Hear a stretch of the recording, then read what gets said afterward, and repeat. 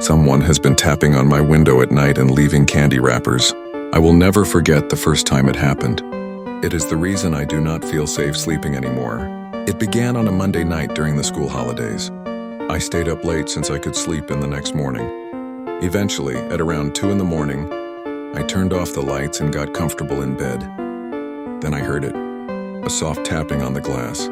My heart jumped, but when I peeked out the blinds, there was nothing there.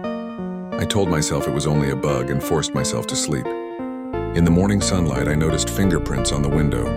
On the ground just below it was a cherry-ripe candy wrapper. I tried to convince myself it had blown in from next door, even though it looked freshly dropped. Still, the thought of someone being outside my room at 2 in the morning made my skin crawl. That night I went to bed early. When the tapping returned, I sprang up. Again, nothing. I barely slept. The next morning, the prints were now all over the glass, and there was another cherry-ripe wrapper sitting right on the windowsill. Some of the smudges looked faintly red. The gate outside was still locked, which meant someone had to climb over the fence. My nerves were stretched thin. To calm myself, I bought a small security camera and hid it near the window. I slept more easily until a new sound woke me, a sharp scratching like fingernails scraping the glass. When I checked, there was nothing there, but the sound still echoed in my ears. I felt sick when I opened the blinds in the morning. Scratches covered the window, and another wrapper was waiting for me outside. The camera should have captured everything.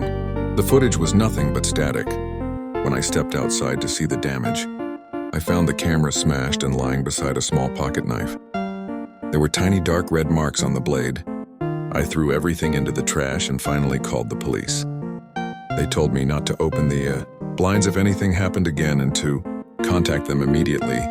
That night, the tapping returned. My hands were shaking as I quietly called the police. I stayed frozen in bed listening to the soft tap of a fingertip against glass. It felt like forever, but the officers arrived in minutes. They found a man slumped outside my window. He looked homeless and intoxicated. In his pocket was a cherry-ripe wrapper. They took him away and the noises stopped. I tried to move on. The fear stayed, but medication helped me sleep again. Then a few days ago, everything changed. The morning sun woke me. I felt rested and hopeful. I opened the blinds with a small smile. The smile disappeared instantly. A message was smeared on the inside of the glass. Bloody fingerprints shaped each letter. It read, "I see you."